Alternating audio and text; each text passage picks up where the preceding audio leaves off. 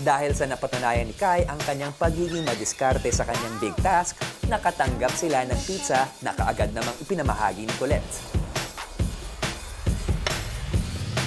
Pagkain! Thank you, Keisha. Thank you. Salamat.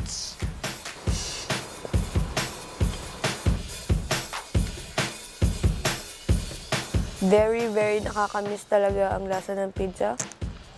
Sobrang thank you kay Kai.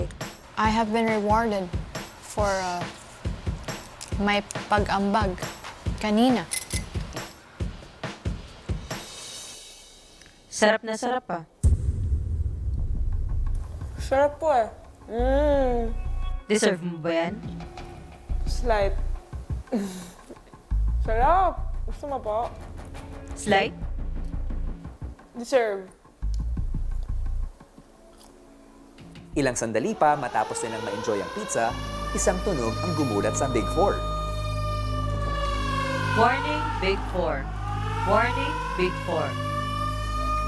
Buti naman nagising ka na. Magkakaroon ng banta sa inyong 2 million tower at banta sa inyong 2 million prize. Ano pong gagawin namin, madam?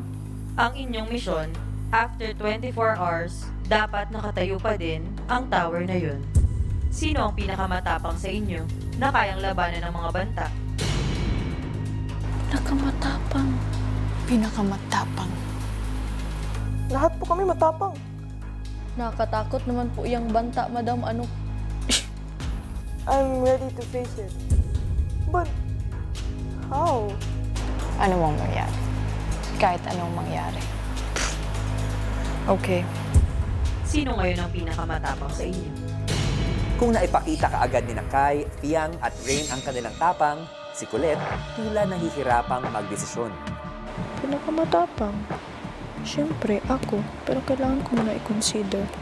Fiang, matapang naman. Rain, matapang naman. Kai, matapang din. Wala ka bang tiwala sa sarili mo? Madam, I have my answer na po. Ang Big Four, kinuha na ang mga gamit na ibinigay ni Madam at pinaghandaan ang paparating na banta.